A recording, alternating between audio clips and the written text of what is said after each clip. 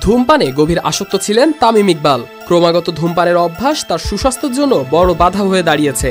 তাকে পর্যবেক্ষণকারী চিকিৎসকরা জানিয়েছেন, তামিমের সুস্বাস্থ্যের জন্য ধূমপান ছাড়ার কোনো বিকল্প নেই।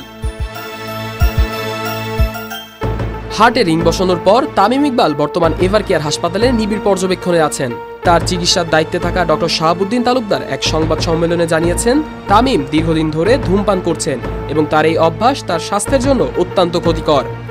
তাই হাসপাতাল কর্তৃপক্ষ তাকে ধূমপান থেকে বিরত রেখেছে।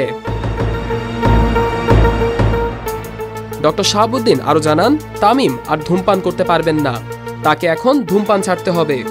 এটি একটি দীর্ঘ প্রক্রিয়া এবং ধীরে ধীরে তাকে সিগারেট ছাড়তে হবে। তবে তামিম প্রথম দিকে বলেছিলেন তিনি ধূমপান ছাড়তে পারবেন না, কিন্তু এখন তিনি ধূমপান ছাড়ার জন্য প্রস্তুত। তবে শুধু সিগারেট নয়, ভেপ ব্যবহারেও নিষেধাজ্ঞা দিয়েছে ডাক্তার। ভেপে ক্যান্সারের ঝুঁকি থাকে, যা তামিমের জন্য বিপজ্জনক হতে পারে। ভেপ প্রসঙ্গে ডাক্তার বলেন, এটা তামিমের জন্য একে অপরের সমান ঝুঁকি তৈরি করতে পারে।